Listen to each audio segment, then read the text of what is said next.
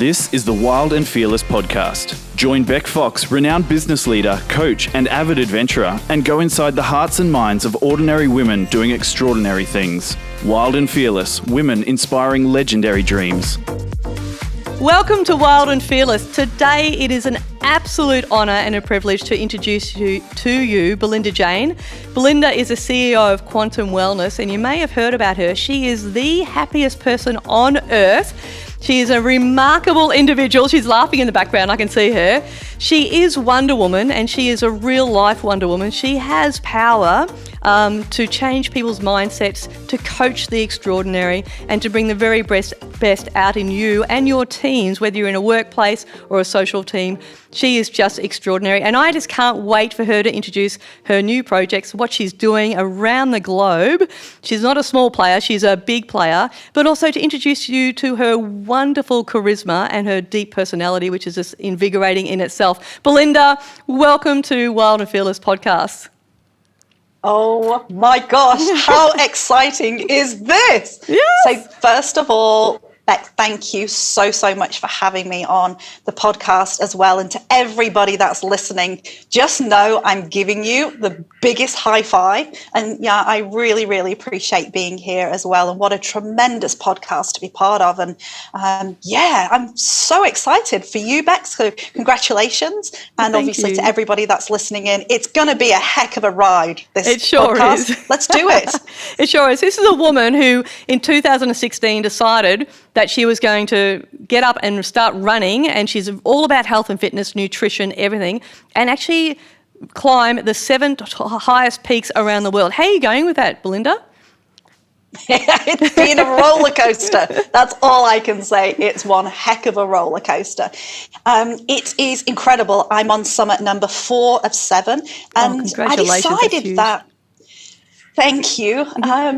I decided that, look, that was in my comfort zone. Climbing the 7 summits was in my comfort zone.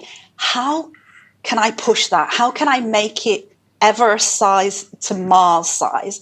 So I decided to turn it into a world record. So to do the Adventurers Grand Slam, to be the first Australian woman to do the North Pole, South Pole, and the 7 highest summits. And where the first Australian woman comes in is that I was born with a disability. So I'll be the first person born with a disability, first Australian woman to do that. And, I thought you can dream big, dream bigger. How can you do that? And how can you push yourself? So it's going incredibly well. I've got number 4 coming up, Everest next year. Wonderful. I'm crossing Iceland as well this year as well. It's a bit of a training run. Oh, just a little bit of a training run. That is fantastic. 2,400 kilometres, 436 kilometres or something of pure happiness. Of pure happiness and ice and bliss. It sounds perfect.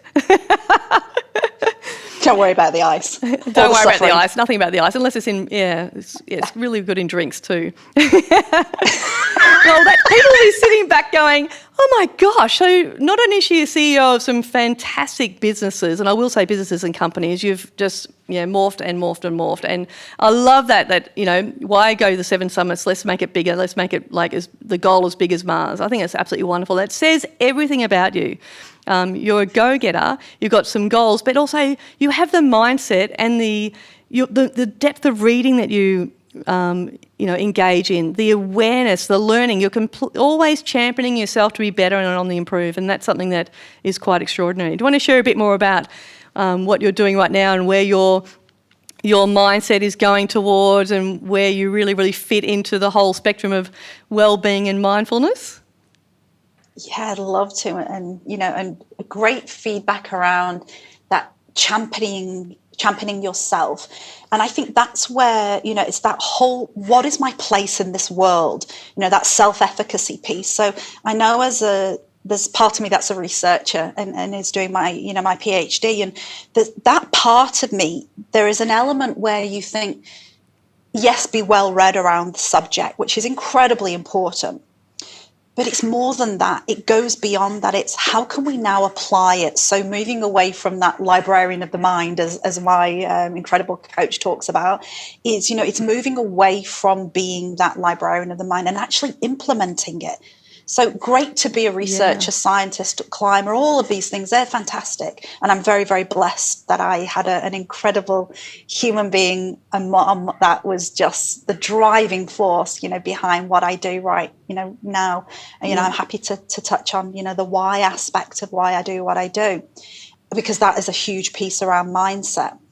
But it's championing yourself, because if you don't, who will?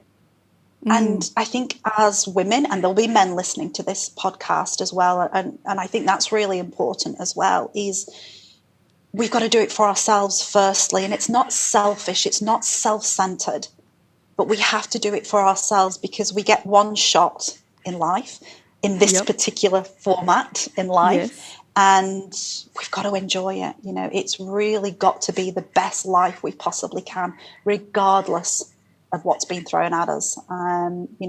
Those of you that know Bec's story, and those of you that are listening today, we've all had those challenges. We've all had those. We've fallen, we've crawled, we've stumbled, but we've got back up again. And we've all got those stories.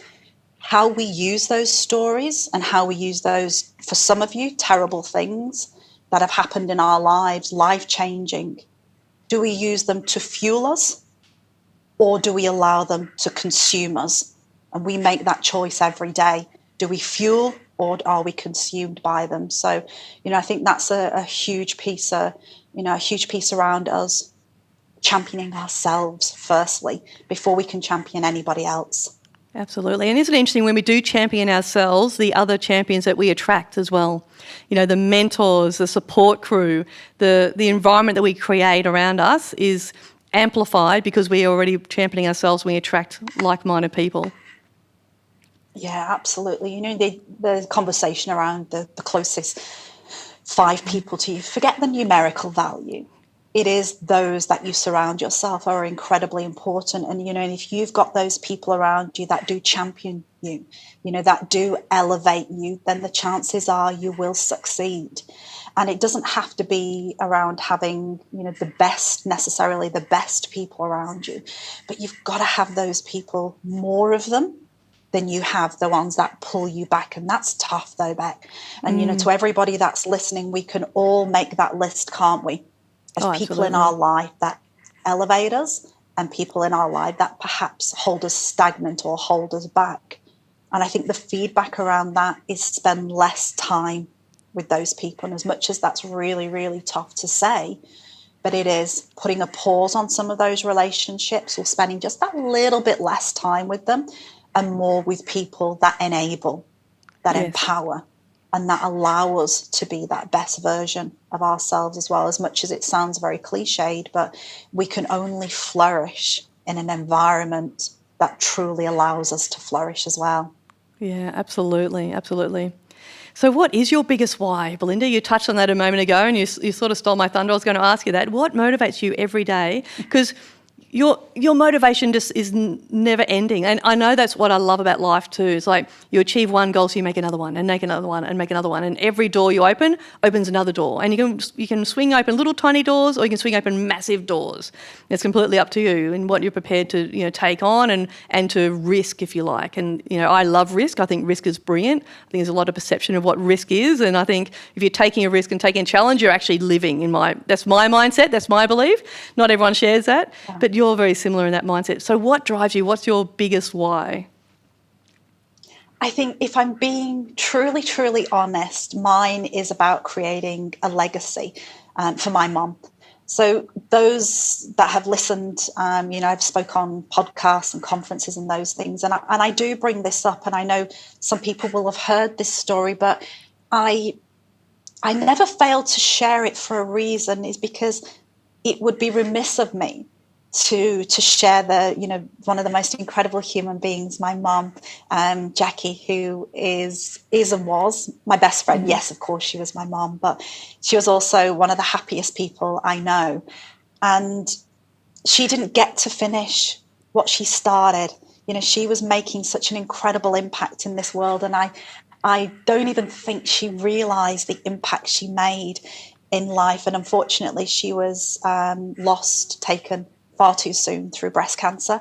And, I think that process and that journey of grief, again, two ways. Yeah. It can fuel you or it consume you. And it was consuming. So, there's been 2 or 3 pivotal moments in life, some I do talk about and some I don't. And having my mom be the human being who she was, but then losing her and having that kind of, I'm going to use the word taken away because it was outside of my control, but then using that to fuel some of the incredible things. And I think also being told I would never walk again. Someone saying to you, you can't do something. Yes. Like, really? Watch me. Yes, exactly. Tell me I can't do something. And then don't talk about it, though. A lot of people talk about it. I work behind the scenes. Tell me I can't do something. Well, actually, I'm going to create a world record. I'm going to create, the project that we spoke about, exactly. Which is impacting, 785 million lives. So instead of talking about it, let's work behind the scenes. Let's make it happen. And you know what? Anybody can do this. That's that. If your why is, your purpose is strong enough, and it can just be getting out of bed. So those of you that are listening that are thinking, well, what would she know? She's an adventurer and she's a CEO. Well, guess what? I wasn't. I came from one of the most disadvantaged backgrounds. Yeah. And I said, what else can we do to make an impact? And it doesn't have to be Everest sized. It doesn't have to be going to the North Pole. Some people's Everest is simply getting out of bed in the morning. And if that's your why, to get out of bed and to be the best dad or the best mom, then you know what? Have that as your purpose and have that to drive you every single day. It doesn't have to be Everest. It can be your Everest. Exactly. And not only talk about it, but do it. Like, get up and take some action. It could be the smallest step. And some coaches say it has to be a giant step. And it doesn't have to be a giant step. It can be the smallest step in the right direction. One step leads to other momentum, another step, another step, another step. So, yeah, absolutely. Yeah, agreed. And it's like the work that you do, and you've done some incredibly powerful work, and you'll know that it's the decision that you make today. It's that commitment, like, how do I want to be today? And it's a question that if anybody's got a pen and they're listening to this podcast, it's, write that question. How do I want to be today? How do I want to show up today in this minute right now? I'm not thinking about what's next. I'm not thinking about what's gone on. I'm thinking about how can I show up as that best version of myself for Bec, for all her team that are part of this podcast, and then to each and every one of you that are listening today. Exactly. It's that attitude of one thing, that one moment right now, this next 5 seconds, this next minute, this next hour. But how can I show up as that best version? And that's a great question to ask yourself. Like, how do I want to show up today? Good question in the morning when you get out of bed. Yeah, how do I want to show up today? You got choice. I love people. I often say to a group or an audience, so who believes you can wake up on the wrong side of the bed? And I guarantee it doesn't matter how many people you have in front of you, more than half will say, yeah, I totally believe in that. It's like, just think about that for a moment. So you think if you get out of bed on the right side, you're going to be in a bad mood. If you get out of bed on the left side, you're going to be in a good mood. You think that's how we create our happiness and our moods? And then they go, oh, yeah, no, we choose how we turn up every day. Absolutely. And it is about being cognitive and recognising it. Who am I? Who do I want to turn up as? Who am I? What can I bring today? Yeah, at this particular moment. And it's changing the story as well, Bec. I think, you raised a really powerful point there about, we won't go in so much into the human brain. That's a whole other podcast, by the way. Yeah. But if you think about how our human brains are structured, they're structured for safety. We're not structured to suddenly be talking and going into risk areas all the time. So, a great point, the vast majority of people will always seek comfort, and there's nothing wrong with that. So if you're listening today and you're thinking, well, of course, I would rather have safety and comfort than have challenge and suffering. But, the reality is, if that day doesn't go perfectly, we've got to change that story. So if you did get out of bed on the wrong side, so to speak, or you woke up with some niggles, or, you woke up even perhaps with anxiety about the day, it's, feeling feeling that that's okay, like what are those feelings that are going on, but then turning it around, trying to find a positive in that, that even when you are struggling and you've got out of the bed on the wrong side, Yes. then what is the good in that? You know, what is how can you find the positive in not waking up in that perfect state, and how can you bring it into that flourishing state, or what we call optimized states, optimized brain states, optimized physiological states as well.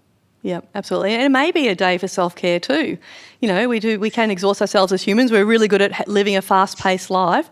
And it might be a day like, oh, my body's actually telling me to have a slow day and to relax and go and have a massage or sit around and just, you know, do some wonderful cooking, whatever it is, to, you know, have that quieter day and that time with yourself for self-reflection and just a nothingness day. And they're good too. Absolutely fine. Yeah, absolutely. They're called the double D days. So if anybody's curious what a double D day is, not what you think it is.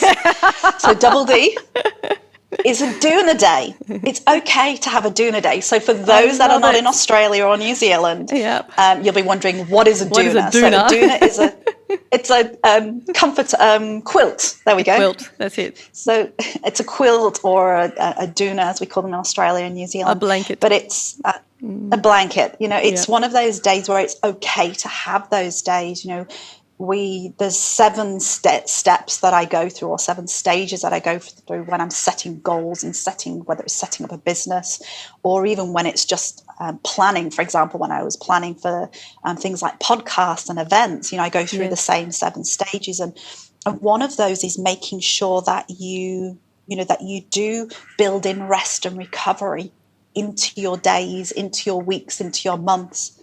Think of yourself like an athlete. You would have peak season and you would have off season. Yes. As a mom, you will have peak being a mom. Yep, absolutely. And not so peak being a mom. Yep. You know, as an auntie, you know, as an athlete, as a business owner, as somebody who goes, you know, into the office, you'll have your peak days and you'll have your not so peak days. And when I say doona day, I don't literally mean, for some of you, maybe, you know, lying underneath the doona. But for others, it's just having a rest and recovery and being okay with that, and just monitoring them, making sure that you're having less double D days than you're actually having those doona days. And obviously, you know, make sure you talk to someone if you find that you're having more doona days than not so doona days. Yes. But, you know, being okay with that as well, about having those days where you actually do have to take a step back, and that's okay too. Yeah, absolutely. You talk about happiness a lot, and I want to focus in on happiness because you are the queen of happiness. And I mentioned a bit earlier, you are people who are watching, you would see now that Belinda is Wonder Woman. She actually has her own little. Can you show us again what you're just drinking out of? Yep, Wonder Woman.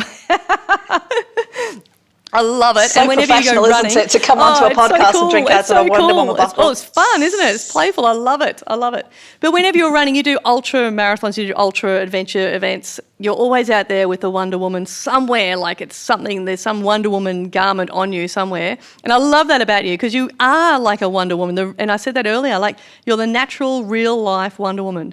So it's because of the self-belief that you have and the power within you. It really personifies, and you are always pushing yourself and going to the next level of extreme. A lot of people would sit back and go, oh, I could never run. It's like, oh, anyone can run, you know, just take the first step, you know. You were told you will never walk again. So imagine being in that situation and you're thinking, well, and here you are saying, well, I can not only walk again, I will climb the tallest summits in the world, plus the North and South Pole, and I'll be the first Aussie woman to do it and the first woman with a disability to do it. I mean, that's just tremendous. And I know you'll achieve that and you'll be going, well, what next? But the biggest driver I find, I think, is absolutely beautiful and something you share with everyone is the Happiness Project. And being happy is so fundamental in your mindset and how you get to achieve and step into that zone of who you are every single day. And I'd love you to talk more about that if you're happy to. Excuse the pun. Yeah, I would absolutely love to. You know, it's, as I mentioned to you, that why for me, and it's been a process of different iterations of this and, you know, discovery along the way. And, you know, when we talk about happiness, you know, the scientist in me wants to go into all the theory around it. But let's take the word happiness, which is subjective well-being. Really, it's about living that best version, that optimized life. So even if the word happiness doesn't resonate with you, although it does for most people, there's several billion people each and every year that will go onto search engines and search for ideas of how to be happier. How can I be happier? So we all know if we have a question, so I'll ask the question now to your listeners. If I gave you the option, would you like to be happier? Or if you chose to wake up every day, would you like to choose to wake up happier or less happier? So for those that are listening now, which have you chosen? Have you chosen the left route, which would be to be happier? Or have you chosen the right route, which is to be less than happy? The vast majority of people will be nodding and saying, I choose to be happier. Absolutely. And happiness is not just, I joke, we had an incredible client in the Outback, and he said, Belinda, if you want me to walk around with the clown nose on, making everybody laugh and joke, that's not the CEO I'm going to be. And it's always stayed with me. I must go back to him one day and let him know that I've told that story a few times. But happiness is subjective well-being. It's not about being happy and joyous all the time. It's not about that. It's about cultivating an environment, a state of being where you feel like, for example, your purpose, like you're on purpose, that you're achieving something. So happiness is not about fake positivity, that faux state of mind. It's not about that. It's about being well. It's about having an optimized state, even if you're sick, for example. So if there's anybody listening today and perhaps your physical or mental well-being isn't in a state that you're comfortable with, but it's still finding ways, cognitive, behavioral therapies and all of those therapies will have great ways of allowing us to be comfortable with who we are right now, with what's going on, and still find a state of well-being regardless of what's going on right now. So it might be that your bank account is full, or it might be that your bank account is less than full. You might have a broken foot or leg. Beck and I share that. We've both been in our boots most recently, which is not optimal. But how can we find that kind of well-being, that happiness, even if it's not a perfect state, even if it's raining outside, even if things are not going incredibly well? How can we still flourish? So Dr. Martin Seligman, for anybody that wants to look at some research around this, Dr. Martin Seligman talks a lot about flourishing states as well. And that's the thing. How can we create flourishing in a less than flourishing environment? And that's where the happiness comes from. And that's where the Happiness Project came from. It was born from obviously losing my mom and realizing that how can we be happier despite the fact that some pretty tough stuff goes on in our life. Yeah, absolutely beautiful. And Csikszentmihalyi also speaks about flow, the flow state as well. And I know you love him as well. So, flow, there it is, the book. Oh, my goodness. Isn't he amazing? We absolutely did not prep that. This is actually next to me on my desk. I came across him when I was about 17, when I was studying outdoor education and philosophy of outdoor education. I came across him. I went, wow, that is what life is all about. So I've lived and dreamed. I've lived and breathed my life around flow experience. And I fully recognise when I'm in that flow experience, and that's what I want to have in my life, throughout my life, weaving in and out of my life all the time. So, if anyone... Yeah, I agree. It's definitely, Csikszentmihalyi's work is a fantastic researcher as well. Yeah, as you absolutely. can see with all the tabs for those of you that if you're not watching and you're actually listening, then I've just held up the Flow book by Professor Csikszentmihalyi, who recently passed away, unfortunately. But his book is definitely a phenomenal one and a good read as well. I don't know about you though; the writing is rather tiny. Maybe it's my age state. No, I don't know, but it's rather tiny. It can get heavy in places, but it's one of those book of a lifetime if you want to be motivated and tap into the inner psyche. It's a really great book to read. It's one of the ones, book of life. I love it. Talking about the Happiness Project, those tools, isn't it? Oh, it is, and I think reading and learning from others is so fundamental in understanding yourself as well. So I'm a big believer in reading books and reading books that are really useful. I don't pick up novels. I pick up books that are really useful, and I know you share the same passion. So, yeah, it's really great. Yeah. And It's lovely that we taking, shared that. taking the best of what's in that, that book or this podcast, for example. Somebody may pick up a nugget from what you're talking about, or one of your other incredible guests. And it's taking what's relevant and then leaving the rest behind. You might take two pieces of information from this podcast that spark something in you, that make you realize that actually I can do this, I am capable of anything. But then the rest of it you leave behind, and you take that arsenal of great tools, and you embed them into your habits and your rituals for the day as well, and realizing that you don't have to take 100 things. You don't have to have 100 habits in a day. You may just have one or two. Yep, and one new one, exactly. And you may come back 10 years later and relive this and re-listen to this podcast and go, oh, I missed all these other great points, which happens. That's what happens when you read a book or listen to a podcast. You go, oh, I can't believe I didn't even retain that information. That's so relevant to me right now. I'm going to take that piece and act on that in my life. Yeah, it's really, really crucial. Yeah, agreed. And we change. We evolve. The whole point of our personality is it's not fixed state. And, that's where research many years ago used to say we were in this fixed state. So when your personality was your personality, well, the reality is it's not, because we evolve. We become different people as we grow older, and also circumstances when life circumstances can change and can impact us, sometimes for the positive and sometimes for the less than positive. But I think that's the thing you will retain. So you may listen back to this podcast, as you said, in a couple of years' time, and do check back in. Yes, please do. Yes, check back in. So for those of you that are listening to this for the second time, then please do check back in on social media and come and say hi. But I think that's a really important point, is just taking these little lessons and nuggets each and every day. For that one step you talked about, Bec, what's that one step you can take today to get that flourishing life? And then it's one step tomorrow.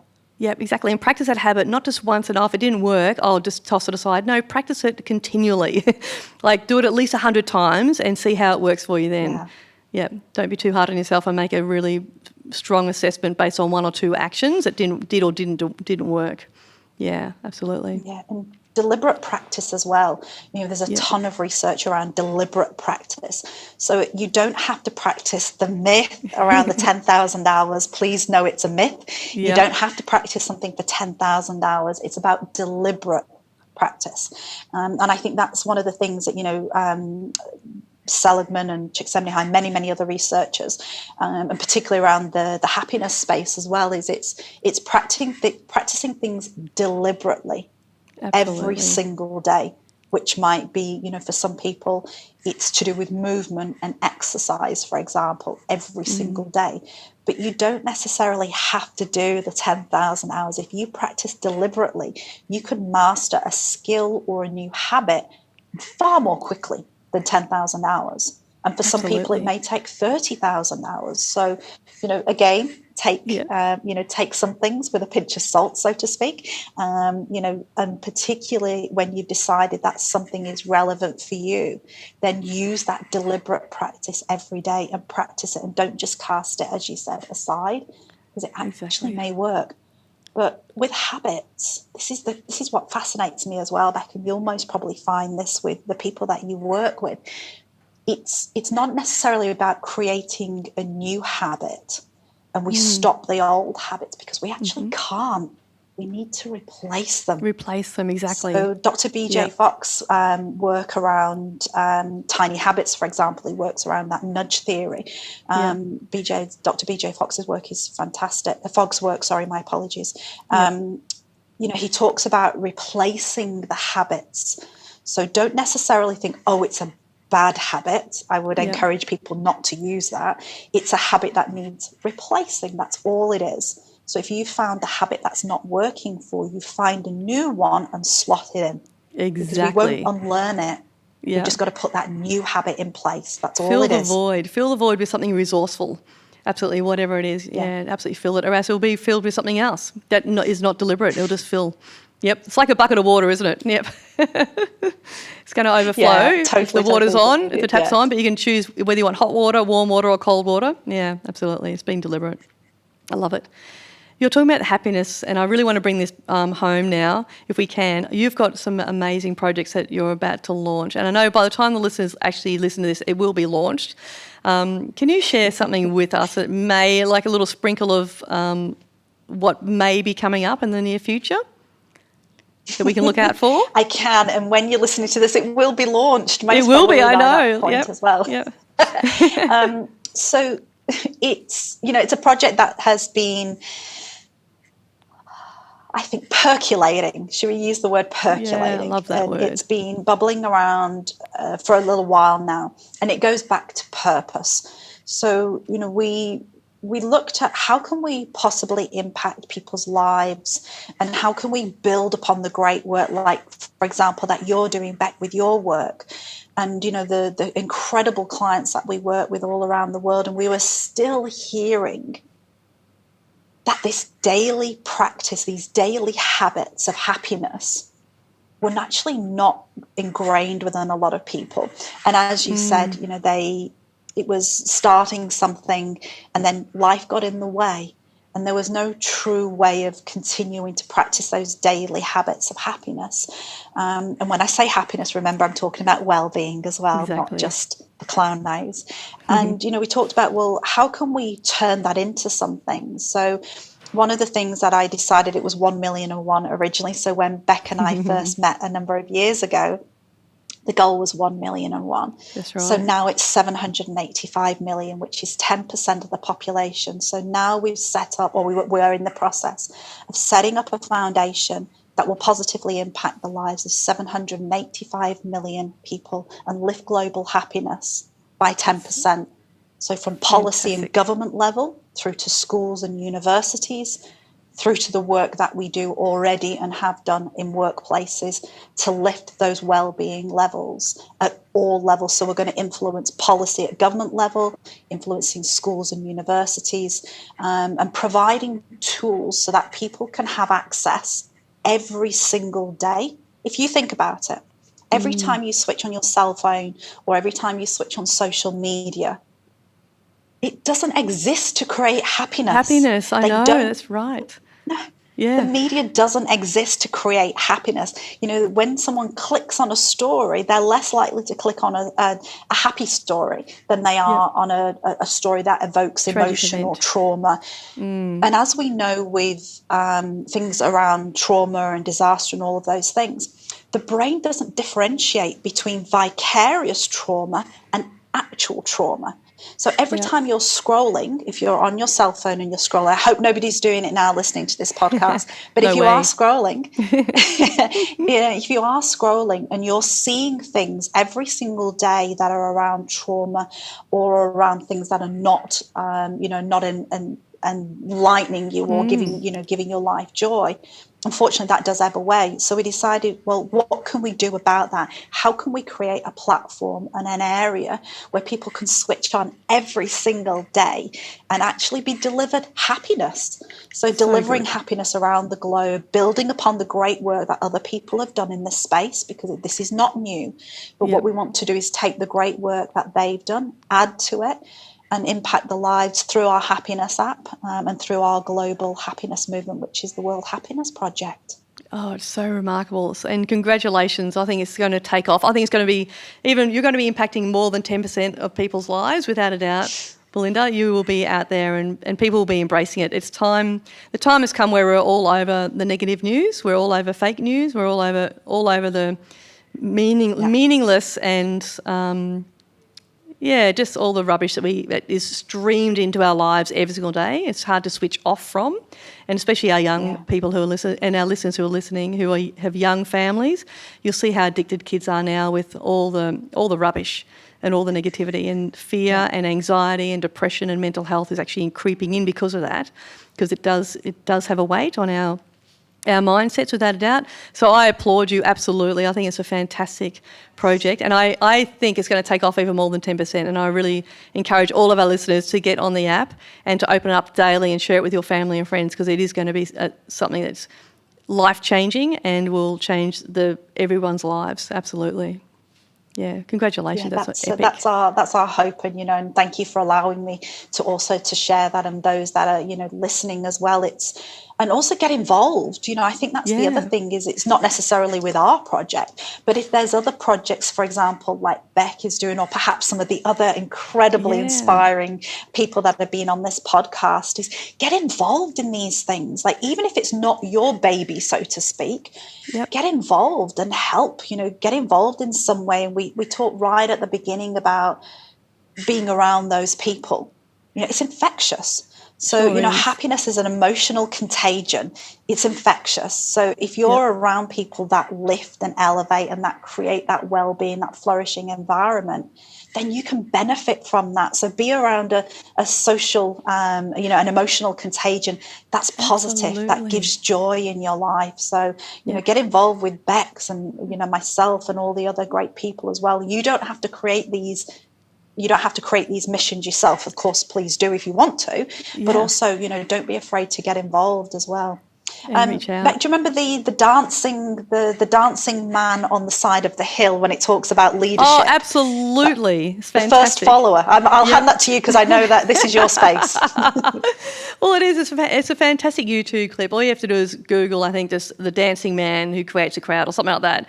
And he just starts dancing at a festival, and he's just out there dancing by himself. And he's one of the dancers that, is really, gimpy and sort of out there and, a bit crazy. And next, other people start Bec's doing the dance for us now, anybody listening. Yeah, exactly. I'm sort of moving around in my chair. And it's really wacky, and he's just like, and he's just getting into the music, and he's just having a great time. And then more people gather, and then people start running over towards him and start dancing. And next there are thousands of people dancing with him. And that's what it is, because it's contagious. It is so much fun, He didn't care at all. He didn't care about who was watching him dance. He didn't care how he was coming across as dancing.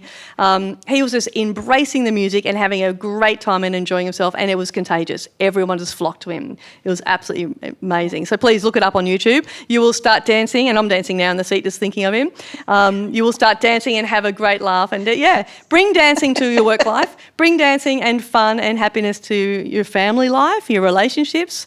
Go and volunteer. All of our guests, everyone shared the same sort of message, Get up, do something new, enjoy your life, live life that actually fits with your values and your own passions, and get out there and be amongst it. If you haven't found your crowd, get out, because there's plenty of crowds and tribes that are going to be welcoming you, and you'll really be inspired if you are surrounded by the right people. Yeah, absolutely. Whatever it is, we're all unique. You don't have to be a leader. There's people for everyone.